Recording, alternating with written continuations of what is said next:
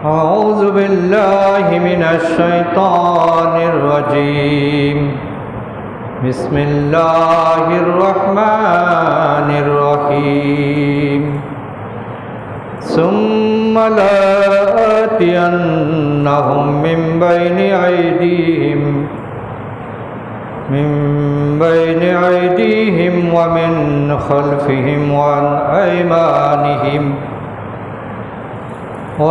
أيمانهم وعن شمائلهم ولا تجد أكثرهم شاكرين صدق الله العلي العظيم।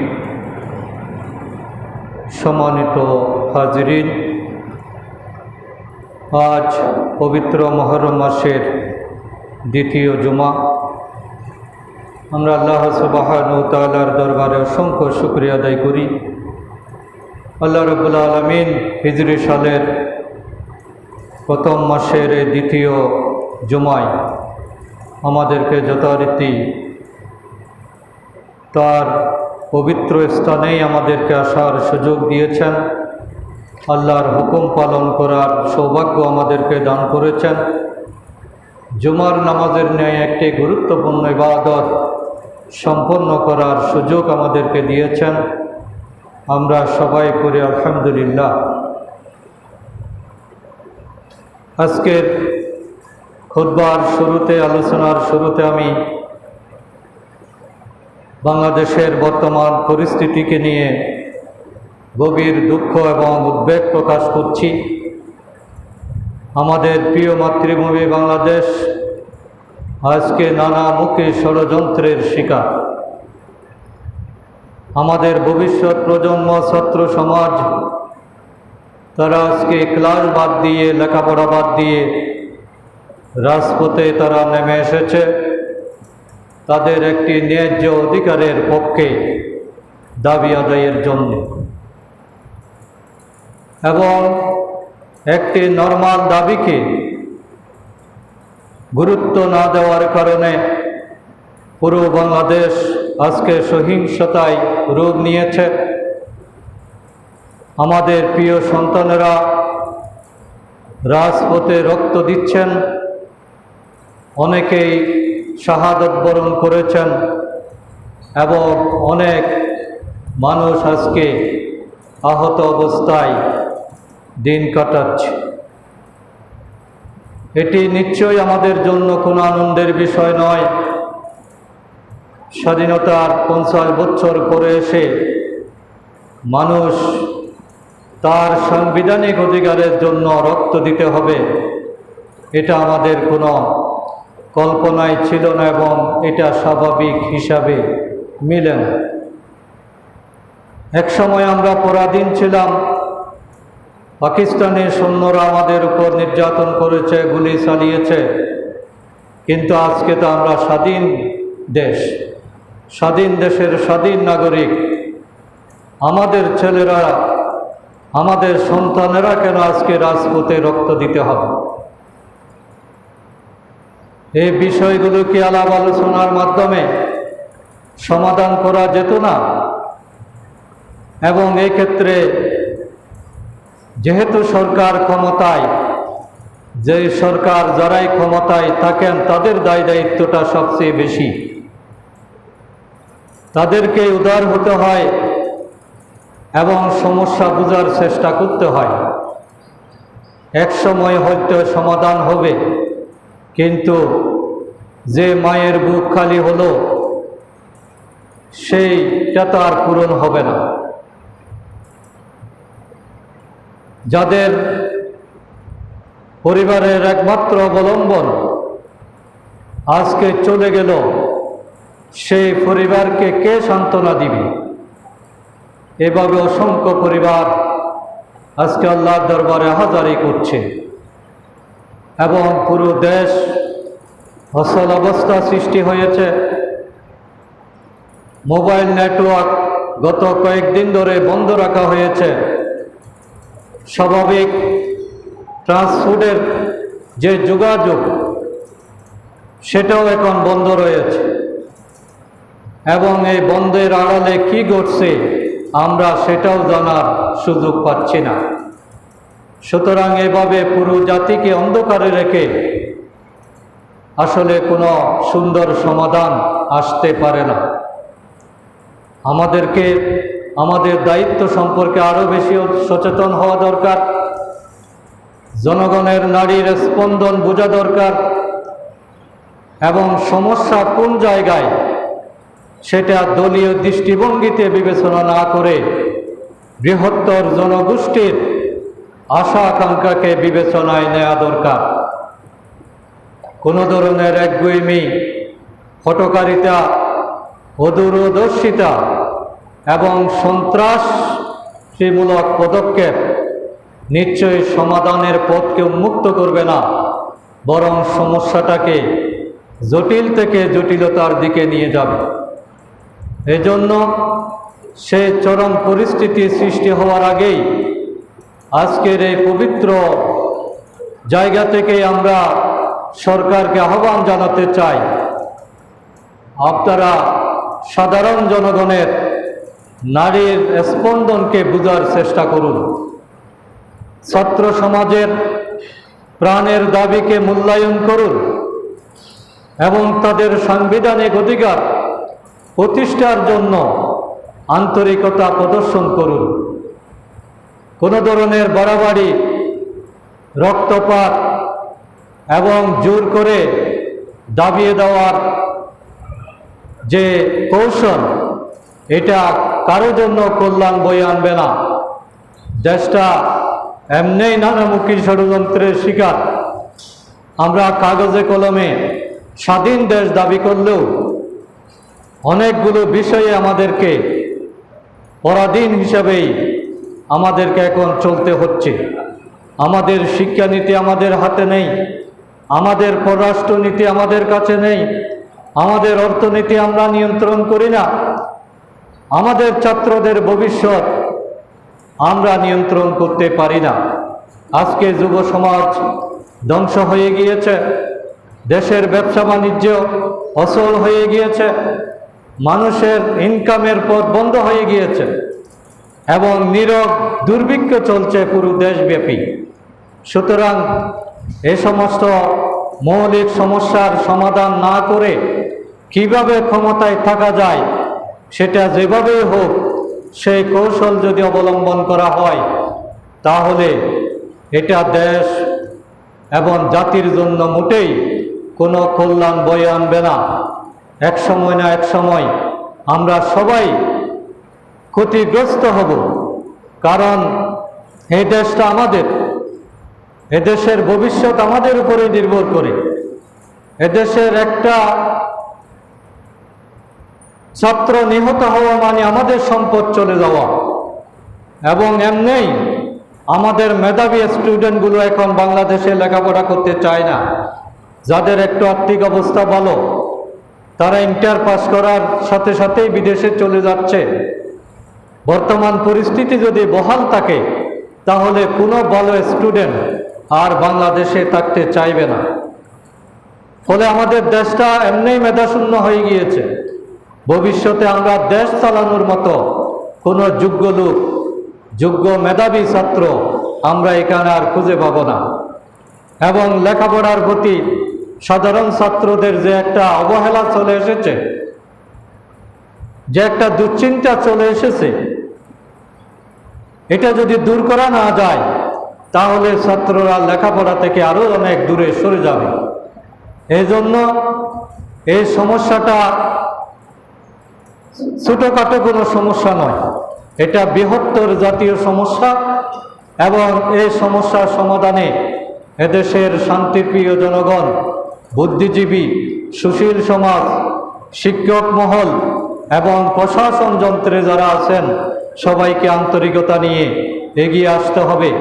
আলাপ আলোচনার মাধ্যমেই সমাধানের চেষ্টা করতে হবে।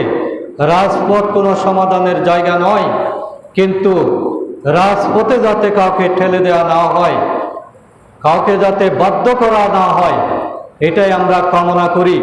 আমাদের দেশটা স্থিতিশীল থাকুক, আমাদের স্বাধীনতা, সার্বভৌমত্ব নিরাপদ থাকুক আমরা আমাদের অধিকার নিয়ে বেঁচে থাকি, এটাই হলো দেশের মানুষের মৌলিক কামনা এবং সামান্য চাহিদা মাত্র। আমাদের দেশের মানুষ বড় কিছু চায় না, তারা একটু খেয়ে পরে বাঁচতে চায়, তারা তাদের ঈমান আকীদা নিয়ে চলতে চায় এবং তাদের ছেলে মেয়েগুলো চরিত্র নিয়ে মানুষ হোক, এতটুকু নিশ্চয়তা তারা চায়। সুতরাং সেই জায়গাটাও যদি নিরাপদ না থাকে, তাহলে এটা হবে অত্যন্ত আত্মঘাতী এবং মারাত্মক। ক্ষমতা কারো জন্য চিরকাল ক্ষমতায় কেউ থাকে না, এক সময় না এক সময় চলে যেতেই হবে। কিন্তু আমি ক্ষমতা থেকে নামার সিঁড়িটাই যদি ভেঙে ফেলি, তাহলে আর তো নামার কোনো জায়গা থাকবে না। তখন দফাস করে পড়ে যাওয়ার কারণে যে ক্ষতিটা হবে, এই ক্ষতি কেউ পোষাতে পারবে না। এজন্য এখনো সময় আছে। সমস্যাকে আর দীর্ঘায়িত না করে যে ন্যায্য দাবি ছাত্ররা করছে, যার জন্য তারা আজকে ঐক্যবদ্ধ হয়েছে, সেটা বিবেচনায় আনা হোক। একটা দেশের জনগোষ্ঠীর 56 ভাগ কোটায় চলে যাবে আর 44 ভাগ মেধার ভিত্তিতে হবে, এটা কোনো যুক্তিতে চলে না। এবং যাদেরকে মুক্তিযোদ্ধা কোটায় অন্তর্ভুক্ত করা হচ্ছে, ওদের বাবাদের অনেকের বয়স জন্ম হয়েছে মুক্তিযুদ্ধের পরে। সুতরাং এখানে যথেষ্ট গাবলা আছে এবং শুভঙ্করের ফাঁকি আছে, রাজনৈতিক উদ্দেশ্য আছে। এগুলোকে সব বিবেচনায় নিয়ে সাধারণ ছাত্রদের আবেগ, অনুভূতি এবং ন্যায্য দাবিকে সম্মান করা হোক। তাদেরকে আলাপ আলোচনার টেবিলে নিয়ে আসা হোক। রাজপথ থেকে তাদেরকে ক্লাসে ফিরে যাওয়ার ব্যবস্থা করুক। কোনো বাহিনী দিয়ে তাদেরকে যদি দমন করার চেষ্টা করা হয়, তাহলে এটা অবশ্যই হিতে বিপরীত হবে এবং তারা নিজেরাও ধ্বংস হবে, দেশ ও জাতিকেও ধ্বংসের অতল গহ্বরে নিয়ে যাবে। এজন্য আমরা সকলের শুভ বুদ্ধির উদয় কামনা করছি। মহান আল্লাহ তাআলার কাছে তৌফিক কামনা করছি। আল্লাহ তাআলা যাতে আমাদের সবাইকে বোঝার তৌফিক দেন এবং যে সমস্ত ছাত্রছাত্রী, সাধারণ জনগণ অন্যায়ভাবে নিহত হয়েছেন, আল্লাহ তাআলা তাদেরকে যাতে শাহাদাতের মর্যাদা দান করেন, আমরা মহান আল্লাহর কাছে সেই দোয়া করি। একই সাথে যারা আহত হয়েছেন, আল্লাহ তাআলা তাদের যাতে দ্রুত সুস্থতার সাথে আমাদের মাঝে আবার ফিরে আসার ব্যবস্থা করেন। আল্লাহ যাতে সকলের উপর রহমত করেন। আল্লাহ যাতে জাতিকে বোধোদয় করার তৌফিক দান করেন, শুভ বুদ্ধির উদয় ঘটান এবং সকলকে শান্তির পথে পরিচালিত করেন। মহান মাহবুদের দরবারে এই দোয়া কবুলের মুহূর্তে, পবিত্র সময়ে, পবিত্র জায়গায় দাঁড়িয়ে আমরা আল্লাহর কাছে দোয়া করছি, কামনা করছি। আমরা সবাই বলি আমিন। সম্মানিত দিনী ভাইসব, আমি গত জুমায় শয়তানের সার্বিক তৎপরতা সম্পর্কে আলাপ করছিলাম এবং আমরা বলেছি যে শয়তান এমন একটা অবস্থানের নাম, যেটি মানব জাতিকে সব দিক থেকে আক্রমণ করার ক্ষমতা রাখে। আল্লাহ তাআলা শয়তানকে কিয়ামত পর্যন্ত হায়াত দিয়েছেন। মানুষের শিরা উপশিরায় চলাচল করার ব্যবস্থা করেছেন এবং তার খাওয়া দাওয়ার কোনো টেনশন নাই। সে কোনো কিছুতেই আটকায় না। এই ধরনের ব্যাপক ক্ষমতার অধিকারী হওয়ার কারণে মানুষকে কিভাবে ধ্বংস করা যায়, আল্লাহ থেকে দূরে সরিয়ে যাওয়া যায়, এই জন্য শয়তান চ্যালেঞ্জ ছুড়ে দিয়েছে এবং সেই শয়তানের চ্যালেঞ্জের ঘোষণাটাই আমি আজকের আলোচনার শুরুতে তেলাওয়াত করেছি, যেটা সূরা আল আরাফের 17 নম্বর আয়াতে আল্লাহ তাআলা শয়তানের ঘোষণাটাই তুলে ধরেছেন।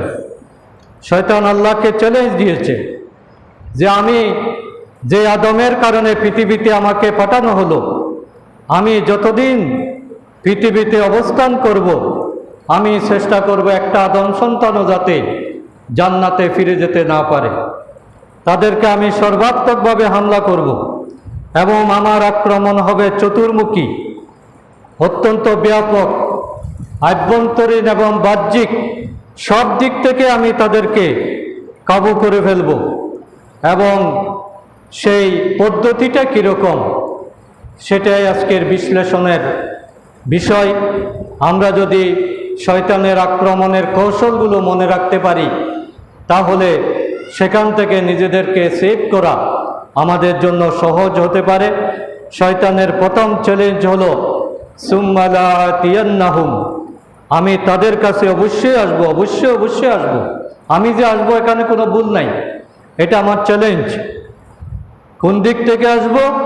মিন বাইনি আইদিহিম, তাদের সামনে থেকে, ওয়া মিন খালফিহিম, তাদের পেছন থেকে, ওয়া আন আইমানিহিম, তাদের ডান দিক থেকে, ওয়া আন শামাইলিহিম, তাদের বাম দিক থেকে, ওয়ালা তাজিদু আকসারাহুম, এবং আপনি অবশ্যই তাদেরকে পাবেন না শাকিরিন, শুকরগুজার বান্দা হিসেবে।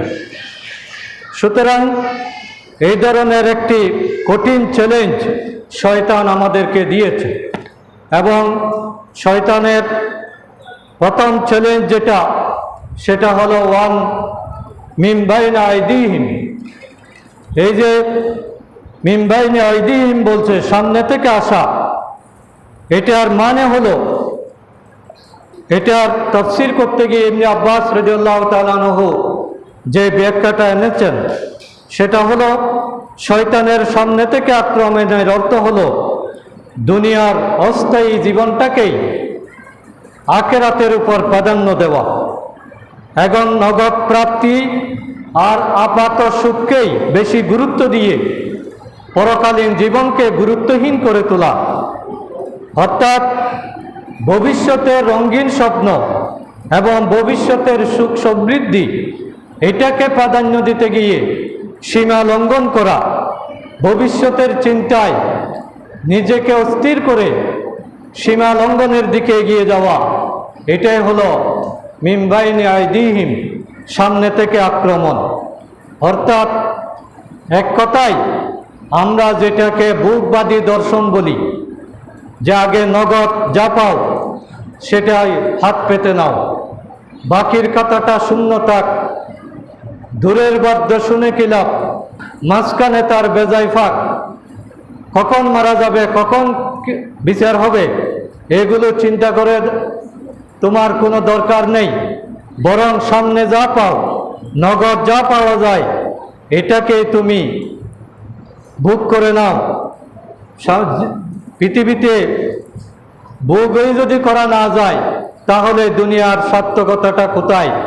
এবং তাদের প্রিয় স্লোগান হলো ইট, ড্রিঙ্ক অ্যান্ড বি মেরি, খাও দাও ফুর্তি করো। দুনিয়াটা মস্ত বড়, আগামীকাল বাঁচবে কিনা তুমি কি বলতে পারো? যেহেতু সময় কালকেরটা তোমার হাতে নাই, সুতরাং যতক্ষণ আছো তুমি খাওয়া দাওয়া করো, ভোগ করো, ফুর্তি করো, আনন্দ করো, উল্লাস করো। এটা হলো বুকবাদী দর্শন। এবং আগামীকালের চিন্তা করার জন্য সে বলে যে এটার দরকার নাই, আমাকে বড় হতে হবে, আমাকে ক্ষমতার মালিক হতে হবে, আমাকে সম্মান পেতে হবে, আমাকে জায়গা জমি অধিকার করতে হবে, আমাকে দুনিয়া জোড়া খ্যাতি অর্জন করতে হবে। এই পাওয়া, এই আশা, এই আকাঙ্ক্ষা, এটা মানুষকে পাগল করে দেয় এবং এটা করতে গিয়ে সে ধর্মীয় বিধিনিষেধ ভুলে যায়, নীতি নৈতিকতার কোনো ধারধারণা, দুনিয়ার প্রতিযোগিতায় কিভাবে এগিয়ে থাকা যায়, প্রতি মুহূর্তে তার চিন্তা এবং সাধনা হলো কিভাবে আরেকজন থেকে এগিয়ে থাকা যায়। ধর্মকে তারা মনে করে অপ্রয়োজনীয় এবং এটা হলো প্রগতির অন্তরায়। সব মানুষদেরকে তারা উপহাস করে, যারা সৎভাবে জীবনযাপন করে দুনিয়াতে তেমন কিছু অর্জন করতে পারলো না, কষ্টই যাদের জীবন, এই সমস্ত মানুষকে থেকে তারা কৌতুক করে, উপহাস করে, বোকা মনে করে এবং তারা মনে করে যে লোকগুলো চরম বেকুব, যে তার সামনে সুযোগ আছে সে সেটা ব্যবহার করছে না। তাকে 1000 টাকা দেওয়া হলো সেটা সে নিচ্ছে না, তার সামনে খাওয়ার অনেক উপাদান আছে সেটা সে খাচ্ছে না।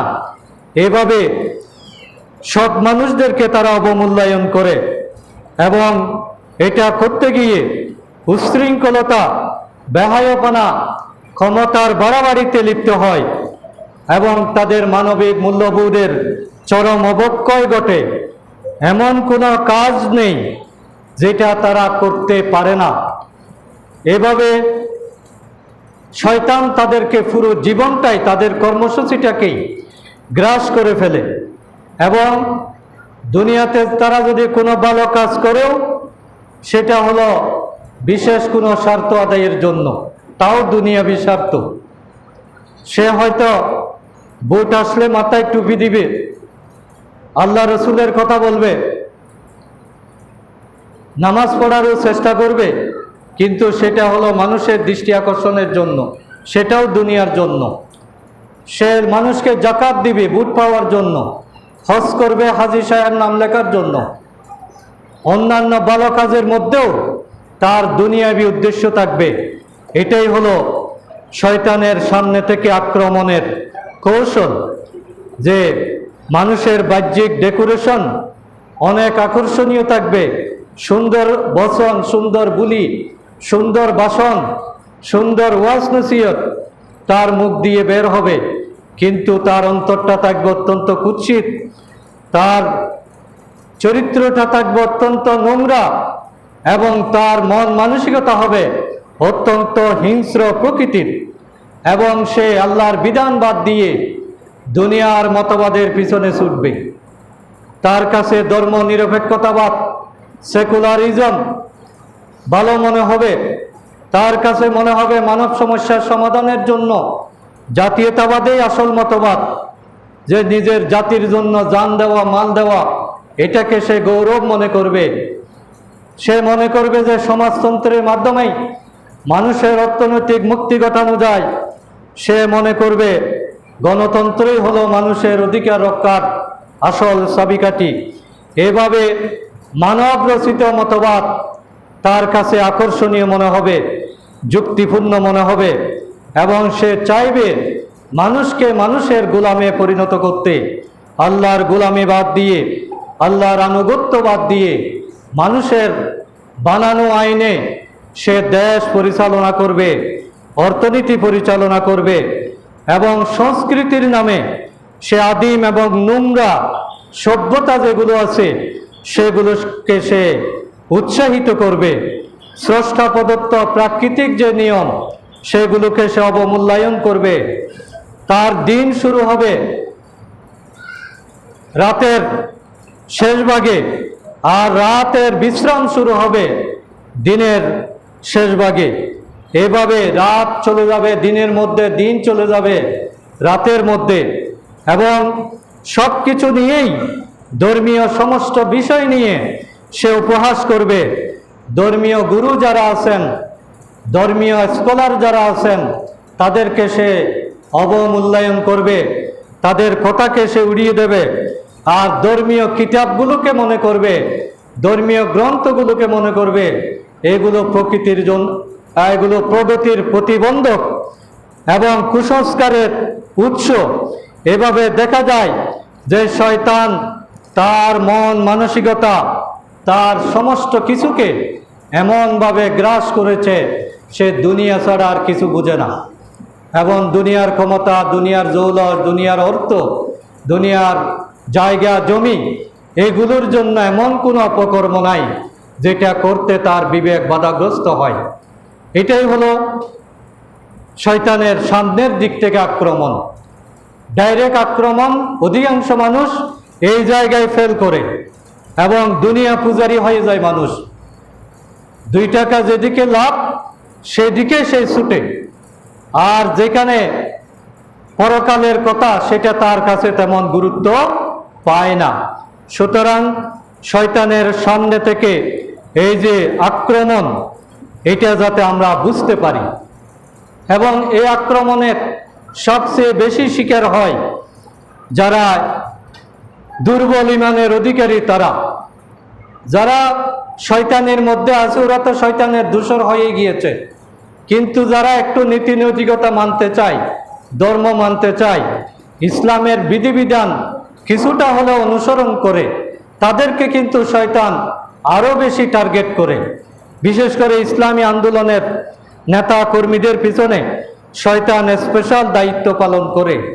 সেটা হলো, অনেক ছাত্র দেখা যায় ছাত্র জীবনে খুবই আমলদার, নামাজ পড়ে, কোরআন পড়ে, ইসলামের কথা বলে, মানুষের উপকার করার চেষ্টা করে, কিন্তু যেই ছাত্র জীবন শেষ করে কর্মজীবনে প্রবেশ করলো, একটা সরকারি চাকরি পেল, একটা ভালো প্রতিষ্ঠানের এমডি হলো, তখন দেখা যায় যে তার নামাজ নাই, নীতি নৈতিকতা বলতে আর কিছু নাই। সে মনে করে যে এগুলো অনেক দিন বলেছি, এখন আগে একটু লাইন হয়নি। এই লাইন হওয়ার এই যে ধোঁকা, এটাই হলো শয়তানের সামনে থেকে আক্রমণ। অনেকেই বলে যে নামাজ রোজা তো অনেক পড়েছি, এগুলোর তো কোনো রেজাল্ট পাই নাই, এখন আমাকে একটু প্রতিষ্ঠিত হওয়া দরকার আগে। এই আপাত প্রতিষ্ঠার যে স্বপ্ন, এটা হলো শয়তানের মিন বাইনি আইদিহিম, শয়তানের সামনে থেকে আক্রমণ। সুতরাং আপনি যদি শয়তানকে সুস হয়ে ঢুকার সুযোগ দেন, সে ফাল হয়ে বের হবে। এটা হলো শয়তানের নীতি। এই জন্য দুনিয়াতিক ক্ষমতা, আর্থিক সক্ষমতা, এগুলোর জন্য আজীবনের লালিত আদর্শ, স্বপ্ন, এটাকে দূরে সরিয়ে দেওয়া যাবে না। দিনের স্বার্থেই তাকে যখন বোঝানোর চেষ্টা করা হয়, ভাই আপনি একটু সময় দেন, দিনের দাওয়াতে সময় দেন, সাংগঠনিক তৎপরতায় একটু টাইম দেন, তখন সে বলে যে আমি ইনকাম করতেছি তো সংগঠনের প্রয়োজনে, তোমাদের যদি টাকা পয়সা লাগে আমার থেকে নিয়ে যাবে, দিন প্রতিষ্ঠার জন্য তো টাকা দরকার, আমি যদি ইনকাম না করি টাকা দিবে কে? তাহলে এগুলো হলো সব শয়তানের প্ররোচনা। এই জন্য এ কৌশলে মানুষ দ্রুত পরাজিত হয়। তাই খুব বেশি সচেতন না হলে এবং জীবনের সত্যিকার সফলতার মানদণ্ড যদি তার জানা না থাকে, তাহলে ভালো সুরতগুলো আমাদেরকে ক্ষতি করে চলে যাবে, ভালো আমলটা আমরা ধরে রাখতে পারবো না। কারণ পতনটা খুবই সহজ। হিমালয় পর্বতে আরোহণ করার জন্য দীর্ঘদিনের প্রস্তুতি লাগে, অনেক সাধনা করা লাগে, অনেক কষ্ট লাগে, কিন্তু নামার জন্য কোনো প্রস্তুতি লাগে না। চোখ বন্ধ করে যদি আমি নিজেকে ছেড়ে দিই, তাহলে পাদদেশে আমি চলে যাব। এই জন্য উন্নতি করা সহজ, আল্লাহকে পাওয়া সহজ, কঠিন। আখিরাতের পথে চলা কঠিন, কিন্তু দুনিয়ার শান-শৌকতে, দুনিয়ার গড্ডালিকা প্রবাহে শয়তানের সাথে তাল মিলানো, এটার জন্য কোনো পরিকল্পনা লাগে না। এটার জন্য একটু মন মানসিকতাটাকে একটু বাঁকা করে দিলেই শয়তানের সাথে চলাটা খুবই সহজ হয়ে যায়। এবং বিশেষ করে যারা নামাজিদেরকে শয়তান বলে যে ফজরের নামাজ এক ওয়াক্ত না পড়লে কি হয়, তুমি তো বাকি 4 ওয়াক্ত তো আছে। এভাবে 5 ওয়াক্ত নামাজিকে আগে ফজরের নামাজটা যাতে ঠিকমতো পড়তে না পারে ওই ব্যবস্থা করে, এরপরে কিছুদিন যাওয়ার পরে বলে যে আসরের সময় খুবই ব্যস্ততা, বাকি 3 ওয়াক্ত পড়লে চলে। মানুষটা, অনেক মানুষ আছে 1 ওয়াক্ত পড়ে না, তুমি তো কমপক্ষে 3 ওয়াক্ত হলেও পড়ো, তাইলে তুমি অনেক ভালো আছো। এইভাবে 5 ওয়াক্ত থেকে 3 ওয়াক্তে নামিয়ে আনে, তারপরে এক সময় দেখা যায় 1 ওয়াক্ত আর থাকে না। সুতরাং কোনো এক জায়গায় ভুল করা যাবে না। আমি যদি একটু হালকা হয়ে যাই, যে আমাকে ঘুষের অফার দেওয়া হলো যে 100 টাকা এটা নাও, কি হবে? তুমি কত টাকায় দান করছো, 100 টাকা আর কি হবে? এই 100 টাকা যে নিতে পারে, তার জন্য পরবর্তী মাসে 1000 টাকা নিতে আর কোনো অসুবিধা হবে না, পরে সে 1 লাখ টাকা নিতে অসুবিধা হবে না। আজকে যারা দুর্নীতিতে আকণ্ঠ নিমজ্জিত, একজন মানুষের কত টাকা লাগে কতটা বাড়ি হলে তার বাড়ির সংখ্যা শেষ হবে, কতটুকু জমি হলে তার শেষ হবে। কিন্তু দেখা যায় রাজার হস্ত করে সমস্ত, এ জগতে হায় সে বেশি চাই, আছে যার বুড়ি বুড়ি, রাজার হস্ত করে সমস্ত, কাঙ্গালের দন চুরি। আজকে দেশের সমস্ত সম্পদগুলো বিশ দেশে নিয়ে যাচ্ছে। তাহলে শয়তান এই সমস্ত শিক্ষিত জনগোষ্ঠীকে গ্রাস করেছে। সুতরাং শয়তান যে আমাদেরকে ঘোষণা দিয়েছিল যে সুম্মালা তিয়ান্নাহুম মিন বাইনি আইদিহিম, আমি অবশ্যই তোমাদের সামনে থেকে আসব। সুতরাং শয়তানের সামনের আক্রমণে আমরা যাতে কাবু হয়ে না যাই, সদা সতর্ক হুঁশিয়ার থাকতে হবে। কবিরা গুনাহ মোটেই করা যাবে না। কবিরা গুনাহ করার যদি সুযোগ দেওয়া হয়, বলে যে তুমি মেয়ে একটা যাচ্ছে, একটু দেখো, একটু করে দেখলে আর কি হবে, নামাজের মাধ্যমে মোনাজাত করে ফেললে মাপ পেয়ে যাবে, এরকম এগুলো করা যাবে না। সুতরাং শয়তানের এই ধোঁকার মধ্যে আমরা যাতে না পড়ি। 2 নম্বর যে চ্যালেঞ্জটা দিয়েছে শয়তান, ওয়ামিন খালফিহিম, যে আমি পেছন থেকে আক্রমণ করব। পেছন থেকে আক্রমণ করা মানে হলো অতীতকে সামনে নিয়ে আসা। অতীতকে সামনে নিয়ে আসা মানে শয়তান অনেক মানুষকে বলে যে তোমার অপরাধের পাল্লা অনেক ভারী, তুমি এতগুলো অন্যায় করেছ, তোমার কি মুক্তির আর কোনো পথ আছে? সুতরাং নামাজ পড়ে আর কি হবে, হজ করে আর কি হবে? এইভাবে আর ভালো হতে দেয় না, বারবার অতীতের অপরাধগুলো তার সামনে নিয়ে আসে। কিন্তু আল্লাহ তো বলছেন লা তাকনাতু মিন রাহমাতিল্লাহ, আল্লাহর রহমত থেকে তোমরা নিরাশ হইও না। কিন্তু শয়তান এই দিকে আসতে দেয় না। এটা হলো পেছন থেকে আক্রমণের একটা দিক, যে একটা মানুষ যখন ভালো হওয়ার পরিকল্পনা করে, তখন শয়তান অতীতের পাপগুলো তার সামনে বড় ধরনের উপস্থাপন করে। কিন্তু এই ক্ষেত্রে শয়তানকে প্রশ্রয় দেওয়া যাবে না। আমার অপরাধ যতই বেশি হোক, আল্লাহর রহমত তার চেয়ে 1000 গুণ বেশি। এই জন্য আমি যদি আন্তরিকভাবে মাপ চাই, তওবা করি, পাহাড় পরিমাণ গুনাহ হলেও আল্লাহ তাআলা সেগুলো মুছে দিবেন, এই বিশ্বাস আমাকে রাখতে হবে। এই বিশ্বাস থেকে যাতে শয়তান আমাকে ভুলিয়ে দিতে না পারে, এটা হলো পেছন থেকে আক্রমণ। এই জন্য আমরা যে যত বড়ই অপরাধী হই না কেন, আল্লাহর কাছে ফিরে আসার রাস্তা আমাদের আছেই।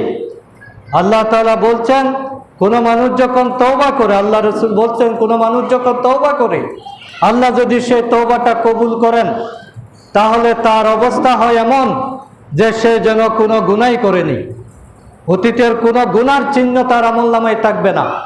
সুতরাং এই অফার আমরা কেন নেব না?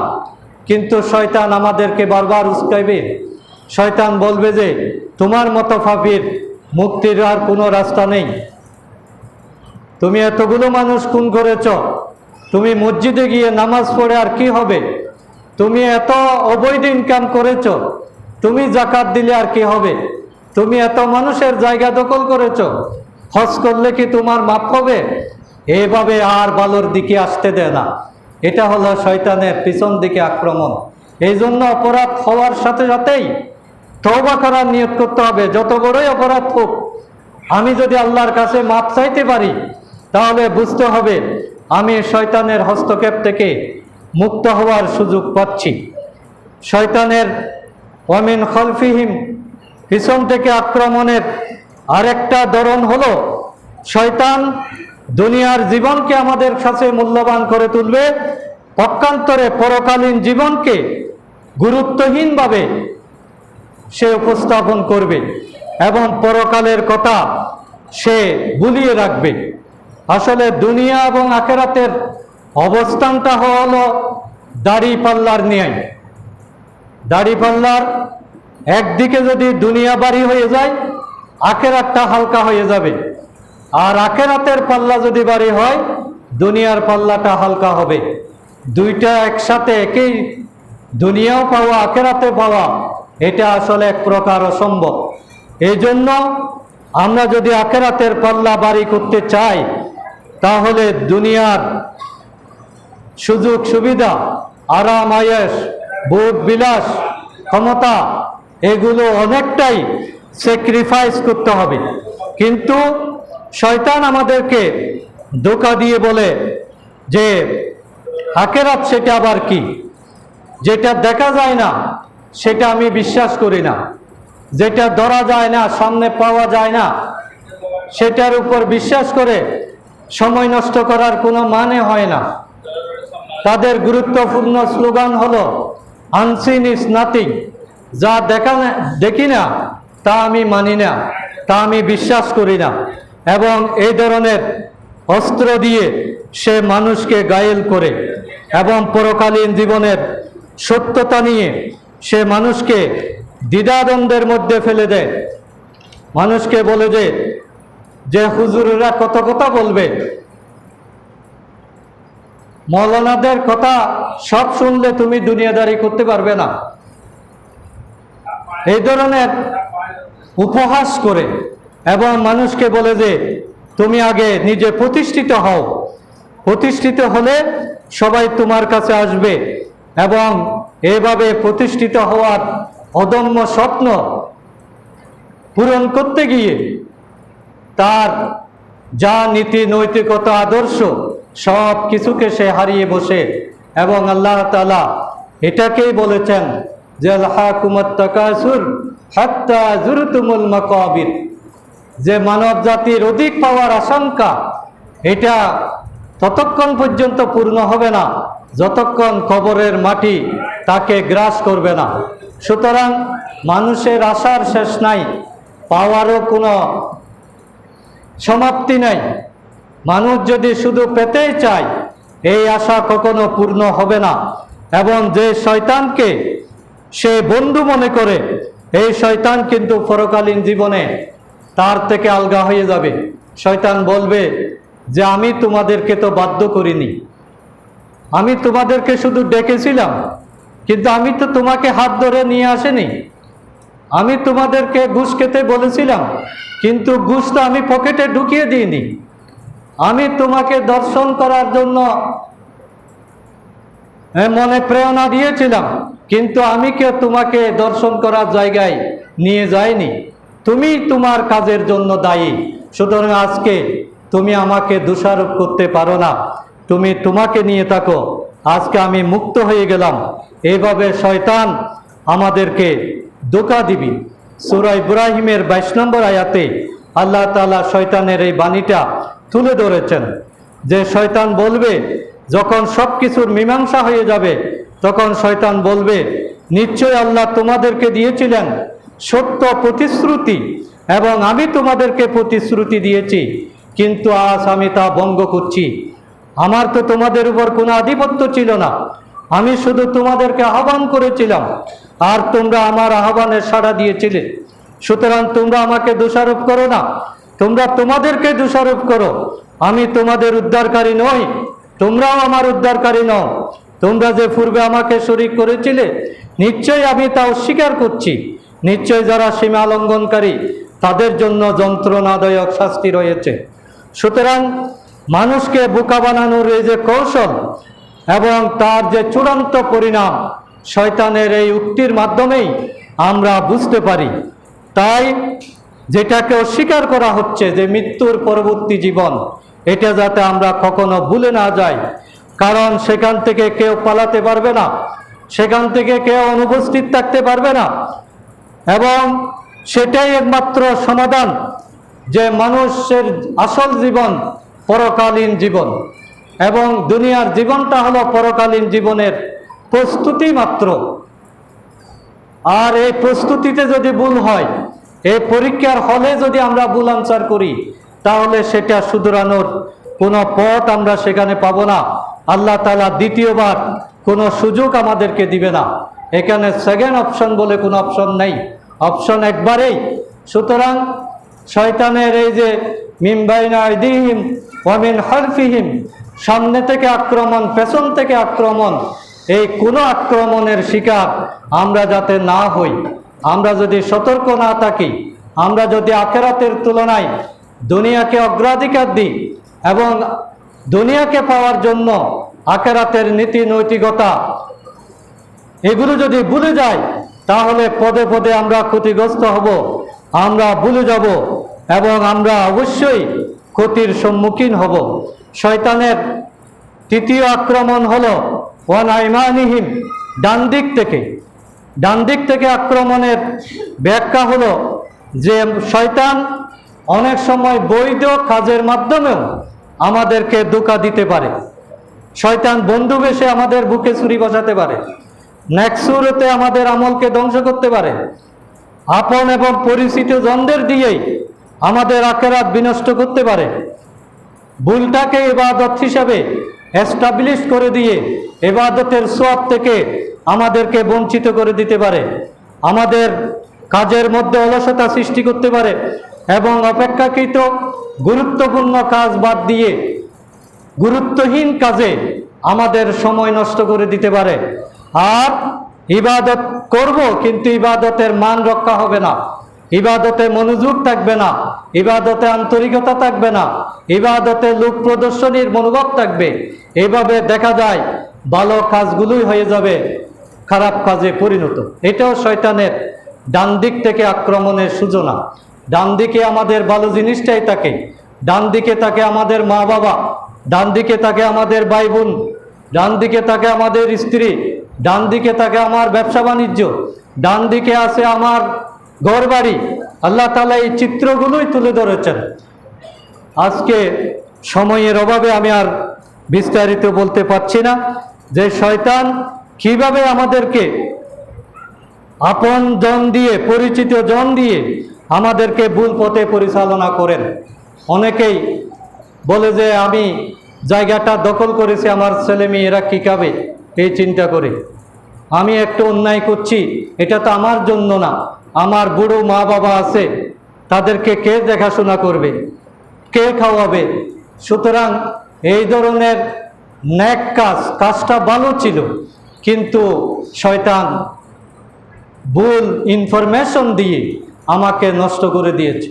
আমি ওয়াজ করছি, আমি খুতবা দিচ্ছি, কিন্তু শয়তান সেখানেও এই ভালো কাজের মধ্যেও উস্কানি দিয়ে আমার আমলটাকে কি করে দিতে পারে? নষ্ট করে দিতে পারে। এটা হলো শয়তানের ডান দিক থেকে আক্রমণ। সুতরাং এভাবে প্রতিটি আক্রমণের কৌশল যদি আমার জানা না থাকে, তাহলে আমি কোনো না কোনো জায়গায় ধরা খেয়ে যাব। এই জন্য এই আক্রমণের কৌশলগুলো ভালোভাবে অবগত হওয়া এটা আমাদের সফলতার জন্যই প্রয়োজন। তাই আমি প্রিয় ভাইদেরকে অনুরোধ করব, শুক্রবারটা হলো আমাদের ট্রেনিংয়ের দিন। আমরা যেহেতু কোনো এখন প্রতিষ্ঠানে পড়ি না, আমাদের তা অন্য কোনো ক্লাস নেই, বই পুস্তক পড়ার অভ্যাসও আমাদের কম, তাইলে দিনের কথা, আমলের কথা আমরা কোথায় শুনব? একটা সুযোগ আছে, সেটা হলো শুক্রবারের নসিহত। কিন্তু আমরা দুঃখজনকভাবে লক্ষ্য করি যে দিনটাকেও আমরা অবহেলায় শয়তান আমাদেরকে বুলিয়ে রেখেছে। আজান দেওয়ার পরে মুমিনের জন্য অন্য কোনো কাজ করা শুক্রবার হারাম, আপনার সমস্ত কাজ হারাম হয়ে গিয়েছে। এবং শুক্রবারের খুতবাটা হলো ইবাদত, খুতবা শোনাটা এটা ওয়াজিব। আপনি যখন বাইরে বসে থাকলেন, ঢুকলেন না, আপনি ওয়াজিব তরক করলেন, তাহলে এই সুবর্ণ সুযোগ আমরা যাতে, শয়তান যাতে আমাদেরকে মিস না করে। আমরা অনেকে আসার পরেও মসজিদে ঢুকি না, মসজিদে ঢুকলেও সামনে আসতে চায় না, অথচ দুনিয়ার সব জায়গায় আমাদের প্রতিযোগিতা। বাংলাদেশের মানুষ এক জায়গায় প্রতিযোগিতা করে না, যেখানে প্রতিযোগিতা করা দরকার, সেটা হলো নামাজের সামনে আসা। অথচ আল্লাহ রসুল বলছেন যে সামনের কাতারে আসা এটা কতটুকু দামি, এটা যদি মুমিনেরা বুঝতো তাহলে লটারি দেওয়া লাগতো কার আগে কে যাবে। কিন্তু আমরা একজন আরেকজনকে ঠেলি। তাহলে এগুলো কি শয়তানের আক্রমণের শিকার আমরা নই? আমরা এসে বারান্দায় কেন বসে থাকব? সামনে যতক্ষণ জায়গা থাকবে চেষ্টা করব সামনে এসে হাজির হওয়ার জন্য এবং কথাগুলো আমলে নেওয়ার জন্য। মুনাজাত করার পরপরেই আমরা দৌড় দিই, একটা দিন অন্তত পক্ষে আমরা কি সুন্নতটা পড়তে পারি না? মুনাজাত মানে কি জুমার নামাজ শেষ? মুনাজাতের পরে যে সুন্নতে মুআক্কাদা আছে এটা না পড়লে তো আপনি গুনাহগার হচ্ছেন। তাইলে আসলেন, গুনাহ করে চলে গেলেন, আসলেন, পারস্পরিক কথা বললেন, খুতবা চলাকালীন কথা বলা, ইশারা করা, চাঁদা তোলা, টাকা দেওয়া সব হারাম। আপনি একটা হারাম কাজ করলেন, আপনি যখন টাকা দিলেন কাজটা সওয়াবের, কিন্তু করলেন হারাম, কবিরা গুনাহ। তাহলে শয়তান আমাদেরকে এগুলো হয়ে যাচ্ছে। এজন্য আমরা জুমার দিনটাকে অত্যন্ত গুরুত্ব দেব। একটু কয়েক মিনিট দেরি হলেও বিরক্ত হব না। কত সময় কত দিকে চলে যাচ্ছে, কিন্তু মসজিদে আসলেই তাড়াহুড়া। একটু ধীরে সুস্থে নামাজ পড়েন, একটু মোনাজাতটা সুন্দরভাবে করেন, সুন্নতগুলো আদায় করেন, আল্লাহর কাছে তৌফিক কামনা করেন।